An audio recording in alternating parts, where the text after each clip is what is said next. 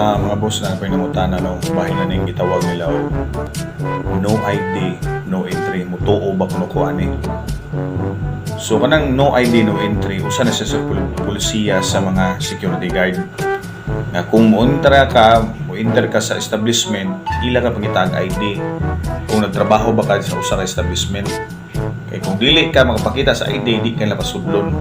So muna ang ilang gitawag nilang pulisiya. Pero in every rules there's an exemption. Ano man, kung may emergency anang dapita or anang establishmento ha, alang-alang naman po o pangitaan pa mag-ID ang pulis or di ba ang rescue or any kind nga mo extend sa life sa tao. Alang na pangitaan pa lang ID nga nakafocus na sa pag-rescue sa tao, pag-evacuate sa tao to bring to the nearest hospital.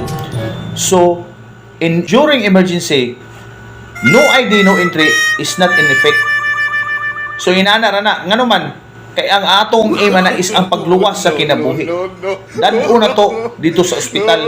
Alam, pagitaan ba kag ID? Di patay na nga mong rescue ani. Inana rana.